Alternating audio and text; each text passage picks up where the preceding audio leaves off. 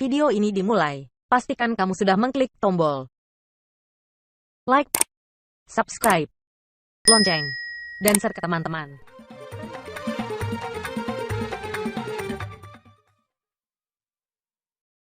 Assalamualaikum warahmatullahi wabarakatuh. Allahu Akbar, Allahu Akbar. Alhamdulillahil haqqu hamdi. Wassalatu wassalamu ala afdhalir rasulih Muhammad ibn Abdillah wa ala alihi wa sahbihi wa ikhwanihi. Ashhadu an la ilaha illallah wahdahu la syarika lah wa ashhadu anna Muhammadan abduhu wa rasuluh sallallahu alaihi wasallam la nabiyya ba'dah. Allahumma salli wa sallim wa barik ala Muhammad wa ala alihi wa sahbihi ajma'in. Amma ba'd, fa ya ibadallah, inni usikum wa iyaya bitaqwallah faqad fazal muttaqun. Ya ayyuhan nas ittaqullaha haqqa tuqatih wa la tamutunna illa wa antum muslimun. Faqala ta'ala fil Qur'anil Karim, a'udzu billahi minasy syaithanir rajim. Bismillahirrahmanirrahim. Qad saddaqatar ru'ya inna kadzalika najzil muhsinin inna hadza lahuwal balagul mubin wa fadaynahu bizibhin azim wa tarakna alayhi fil akhirin salamun ala Ibrahim. Shadaqallahul azim. Bapak-bapak dan saudara-saudara kaum muslimin, sidang jemaah Jumat yang dimuliakan Allah Subhanahu wa taala, senantiasa kita tingkatkan syukur kehadiran Allah dengan kalimat alhamdulillah. Semoga dengan nikmat Allah ini kita dapat lebih lagi mendekatkan diri kita kepada Allah.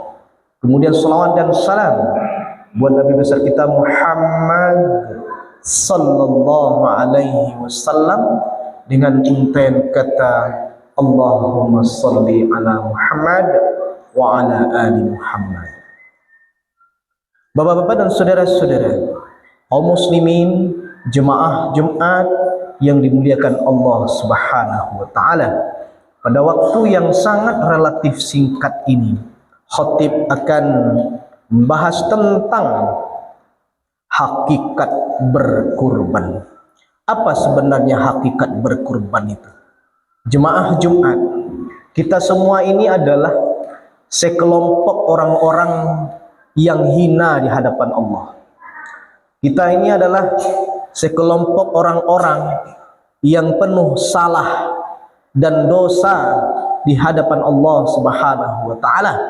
Dan kita semua adalah sekelompok manusia yang memiliki potensi sifat kebinatangan yang ada di dalam diri. Kenapa khatib katakan demikian? Bukan tidak ada alasan, ada alasan. Karena terkadang kita itu menang dalam melawan hawa nafsu, mampu kita mengendalikannya, sehingganya kita menjadi orang yang baik, Pak. Kita menjadi orang yang taat beribadah, kita menjadi orang-orang yang soleh. Tetapi ada kalanya, ada saatnya kita tidak mampu mengendalikan hawa nafsu itu, kalah kita. Sehingganya yang muncul di dalam diri manusia itu adalah sifat kebinatangan yang ada di dalam diri. Mana buktinya? Kita sering mendengar dan melihat di media sosial, Pak. Ada dulu seorang anak yang rela menggorok leher ibunya sendiri dengan gergaji sampai ibunya meninggal dunia, Pak. Itu karena tidak bisa memenuhi keinginannya untuk mendapatkan sebuah mobil, sebuah motor. Bukankah itu sifat kebinatangan yang ada dalam diri? Barusan 1 minggu kejadian, nggak cukup 1 minggu, seorang anak rela menguburkan ibunya pada lumpur. Ibunya berumur 80 tahun ditimbun ke dalam lumpur selama 1 malam. Bukankah itu sifat kebinatangan yang ada dalam diri manusia? Betul Pak, itu sifat kebinatangan yang ada dalam diri manusia. Jemaah Jumat rahimakumullah. Tetapi pada kesempatan kali ini kita lebih fokus kepada sifat kebinatangan yang ada dalam diri manusia dalam konsep lainnya. Apa itu? Dalam konsep kecintaannya terhadap dunia ini, kecintaan terhadap harta. Jemaah Jumat, oleh karena itu mari kita sembelihlah sifat kecintaan kita terhadap harta, terhadap uang. Kita sembelihlah sifat kebinatangan yang ada dalam diri kita ini terhadap dunia yang fana ini. Jemaah Jumat, bagaimana caranya? Caranya adalah kita bisa belajar dengan Abdurrahman bin Auf. Abdurrahman bin Auf itu dikatakan oleh Nabi kepada Aisyah bahwa dia adalah calon penghuni surga. Kenapa demikian? Dia dikatakan sebagai penghuni surga bukan karena banyaknya harta dan kekayaan yang dia miliki, tidak Pak. Berapa banyak harta kekayaannya? Ketika beliau pulang dari misi dagangnya, melintasi rumah Rasulullah Muhammad sallallahu alaihi wasallam, nyuciguan di Aisyah dari jendela rumahnya Pak, itu lebih dari 100 onta banyaknya. Belum lagi di dalam ditunggangi harta pulang dagang tadi Pak. Begitu kayanya Abdurrahman bin Auf, sehingganya Rasul mengatakan beliau ahli surga bukan karenanya memiliki harta itu, tidak, akan tetapi karena kedermawanannya dalam mengusahakan menginfakkan harta yang dia miliki itu di jalan Allah. Nyo sembelih sifat kebinatangannya terhadap harta Pak, disedekahkan, diinfakkan di jalan Allah Subhanahu wa taala. Ada seorang pegawai negeri sipil yang kita sembunyikan nama dan alamatnya. Dia berkata, "Saya haramkan gaji bulanan saya ini untuk saya bawa pulang dan dimakan oleh anak dan istri saya sebelum saya keluarkan 2,5%. Padahal jemaah Jumat, tidak semua pegawai negeri sipil itu wajib zakat. Nah, kenapa? Karena pangkat dan jabatannya beda-beda, golongannya beda-beda Pak. Tetapi begitulah caranya menyembelih sifat kebinatangan yang ada dalam dirinya, kecintaan terhadap harta, nyo alokasikan 2,5% sebelum nyo bawa pulang. Jemaah Jumat rahimakumullah, banyak cara-cara menyembelih citaan terhadap harta itu. Ada melalui wakaf, ada melalui infak, ada melalui sedekah. Dan pada kesempatan kali ini kami akan menyampaikan ada jalur lain untuk menyembelih sifat kebinatangan, kecintaan kita terhadap harta itu melalui apa? Fasholli li rabbika wanhar, melalui kurban. Jemaah Jumat rahimakumullah, masih ada waktu Pak. Mari kita sembelih sifat kebinatangan dalam diri kita. Jadi hakikat kurban yang pertama itu adalah menyembelih sifat kecintaan kita terhadap harta. Jemaah Jumat, ada seorang nenek yang menabung puluhan tahun lamanya hanya ingin bisa berkurban. Sang nenek terbaring dalam keadaan sakit, menangis Pak, meneteskan air mata melihat anak yang anak kandungnya membobol tabungan si nenek. Nyo ambil pitih tabungan tu, nyo bayar lari ke pasar. Mana di pasarnya? Nyo balikan hewan kurban karena memang dia tahu ibunya itu adalah tabungan kurban. Diserahkanlah pada hari raya kurban. Jemaah Jumat, tahukah kita dari mana sang nenek mendapatkan pitih tabungan kurban itu? Sang nenek memperoleh uang dari tabungan kurban itu adalah dari hasil jerih payahnya menjadi kuli cuci di rumah tetangga-tetangganya. Mencuci garajonya Pak, dulu nak ada mesin cuci dah. mencuci pakai tangan di rumah-rumah tetangganya. Begitu sulitnya pekerjaan yang satu ini, Pak.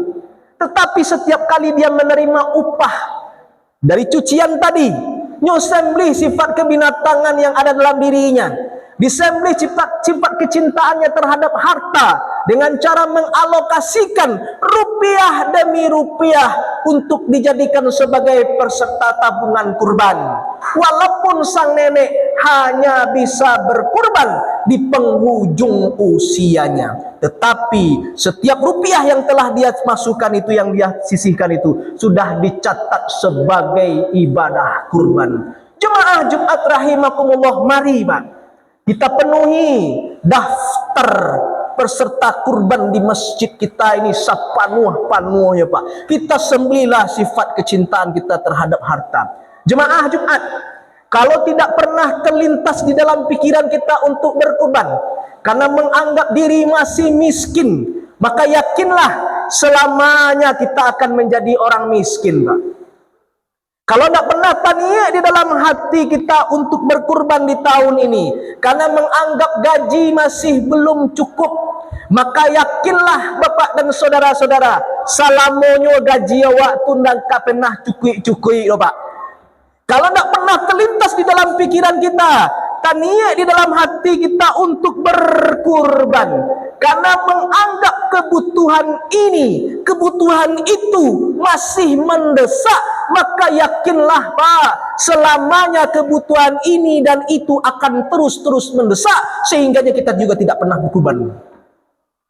Kalau menunggu kaya dulu baru berkurban, menunggu gaji puluhan juta dulu baru berkurban, menunggu kebutuhan ini dan itu terpenuhi dulu, lapang dulu baru kita berkurban, yakinlah Bapak dan saudara-saudara, kita akan sulit menghadapi kehidupan seperti itu. Berapapun uang hari ini kita kurbankan, Pak, 27, 25, 28, Allah akan ganti uang kita itu, Pak, sebanyak-banyaknya, sebanyak bulu hewan yang kita kurbankan itu. Yakinlah, kalau ketika kita sakit, Pak, piti 2.500.000 itu nak ada harga ya, Pak.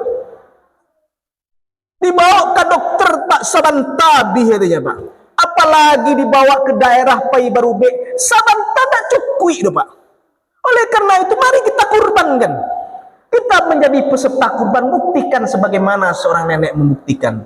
Jemaah Jumat rahimakumullah, berapapun sulitnya hidup kita hari ini, tetaplah berkurban, Pak. Allah akan mudahkan kehidupan kita, cayolah. Allah akan lapangkan kehidupan kita selapang-lapangnya, sebanyak-banyaknya, sebanyak bulu hewan yang kita kurbankan itu. Berapapun hutang kita hari ini, Pak, tetaplah berkurban tanpa mengenyampingkan hutang. Kenapa? Allah akan lunasi hutang kita itu, yakinlah, Pak. Jemaah Jumat rahimakumullah, kita bisa belajar dari Nabi Ibrahim. Pada diri Nabi Ibrahim ini ada hakikat kurban yang lain, Pak. Hakikat kurban yang kedua. Apa itu? Begini, Pak. Nabi Ibrahim alaihissalam berkurban memang bukan kurban pertama kali, enggak. Kurban pertama kali itu kan dilakukan oleh putra tertua Nabi Adam alaihissalam, Qabil dan Habil.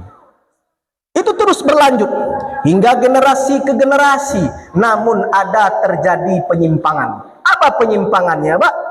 Manusia menyembelih manusia, itulah yang terjadi. Lalu kemudian Nabi Ibrahim menyembelih anaknya. Tetapi Allah Subhanahu wa taala memanggil beliau ketika falamma aslama wa tallahu lil jabin. Ketika Ibrahim, ketika Ismail telah ikhlas, telah menyerahkan diri, betul-betul ikhlas karena Allah. Allah panggil mereka, Allah panggil Ibrahim, wa nadaina ayyahu qad saddaqta ru'ya, sungguh engkau telah membenarkan mimpi itu Ibrahim. Kami panggil. Lalu apa lagi? Allah ganti dengan kibas yang besar, Pak. Ini memberikan pesan kepada kita semua bahwa tidak boleh manusia menyembelih manusia. Cukup hewan saja yang dikurbankan. Jemaah Jumat, di dalam surat As-Saffat ayat yang ke-100 sampai 103 itu, Rabbi habli minas solihin fabasyarnahu fi ghulamin halim. Falamma balagha ma'ahu sa'ya qala ya bunayya inni ara fil manam anni adbahuka fanzur madza tara. Qala ya abati fa'al ma tu'maru satajidinu insyaallah minas sabirin. Allah menghabarkan di sana Pak, bahwa Nabi Ibrahim berdoa kepada Allah, agihlah ambo keturunan yang soleh. Jemaah Jumat, kenapa Nabi Ibrahim berdoa demikian? Karena memang semenjak menikah dengan Siti Hajar lah 80 tahun umur pernikahan, belum juga mendapatkan anak. Pada masa yang panjang itulah, penantian yang panjang itulah Nabi Ibrahim berdoa. Allah berikan kabar gembira, sosok kelahiran seorang anak. Siapa yang nama anaknya diberi nama dengan Ismail. Ismail itu berasal dari bahasa Sironiah, yang artinya Isma itu artinya mendengar, L-nya itu mengarah kepada Allah. Allah mendengar. Apa yang didengar oleh Allah? Doanya Ibrahim. Kalau dalam bahasa Arabnya, Sami Allah, Allah mendengar. Jemaah Jumat, singkat kisah, Nabi Ibrahim kan diuji oleh Allah. Diuji oleh Allah dalam mimpi, supaya dalam mimpi menyembelih anaknya, dan itu pun dilakukan oleh Nabi Ibrahim. Artinya apa Pak? Nabi Ibrahim berkurban yang terbaik. Apa yang terbaik dari Nabi Ibrahim? Anaknya. Anaknya tuh Ismail itu anak yang ada 4 dilukiskan dalam Al-Quran itu Pak. Di dalam surat As-Saffat itu. Yang pertama, anak yang soleh. Anak yang soleh itu dalam Minangkabau, anak yang mengarajon suruh, yang mantian tagah, kok disuruh nyopai, diimbau nyo datang. Kalau dalam agama, anak yang melakukan amal-amal soleh. Yang kedua, anak yang halim. Apa itu halim? Anak yang batarati, etikanya luar biasa, akhlaknya mulia. Yang ketiga, balagho ma'ahu, anak yang balik, yang lah bisa diajak bekerja sama. 3. Yang keempat, anak yang lah lamonyo tunggu dari Nabi Ibrahim, lebih dari 80 tahun Pak. Jemaah Jumat, ketika Nabi Ibrahim menyampaikan kabar yang dia peroleh dari mimpi itu kepada anaknya, coba lihat kalimat narasinya Pak. Nabi Ibrahim mengatakan begini, ya bunayya inni ara fil manam anni adbahuka. Nabi Ibrahim tidak mengatakan begini, nak aku diperintahkan menyembelihmu, nak. Tidak Pak.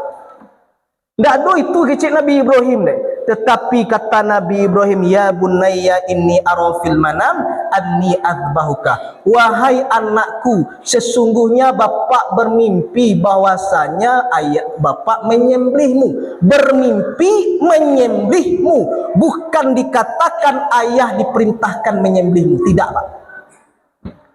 Apa maknanya? Ini memberikan pesan kepada kita semua bahwa ibadah kurban itu adalah ibadah kesadaran, bukan ibadah paksaan.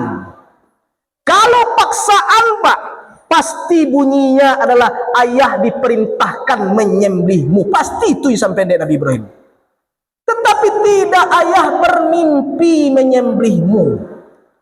Kurban adalah ibadah. Jemaah Jumat, coba bayangkan, umpamanya kita punya impian Pak, ingin dapat rumah di Lunggu ala Pitih selama 10 tahun baru terwujud Pak. Diuni rumah ko selama seminggu baru. Bamimpi malamnya apa mensedekahkan rumah tuh. Besoknya subuh pagi, apakah kita sedekahkan rumah itu Pak? Berdasarkan mimpi tadi, lah 10 tahun kita menunggu. Tidak. Nabi Ibrahim Pak bermimpi menyembelih anaknya, anak yang ditunggu selama 80 tahun lebih. Lalu paginya ragu tanggal 9 bermimpi, pagi ragu tanggal 10 bermimpi, pagi disembelih Pak. Kurban ibadah kesadaran. Oleh karena itu Bapak dan saudara-saudara, tidakkah kita sadar Pak, bahwasanya inna a'tainakal kausar, Allah telah memberikan nikmat kepada kita, nikmat yang begitu banyak. Dari Zulhijjah tahun petang Pak sampai Zulqa'dah kini ampiang puluh masuk Zulhijjah le, baralah kebanyakan nikmat yang telah Allah berikan kepada kita, maka berkurbanlah dengan penuh kesadaran atas nikmat yang telah Allah berikan itu. Faktabiru ya ulil absar la'allakum turhamun.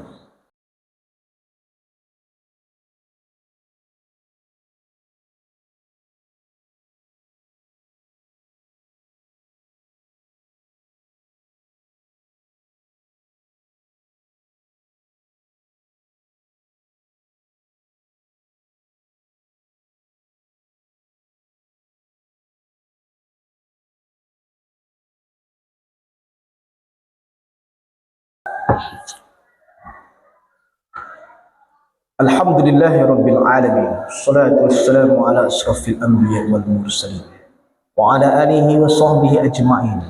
Asyhadu an la ilaha illallah wahdahu la syarika lah wa asyhadu anna Muhammadan abduhu wa rasuluhu la nabiyya ba'da.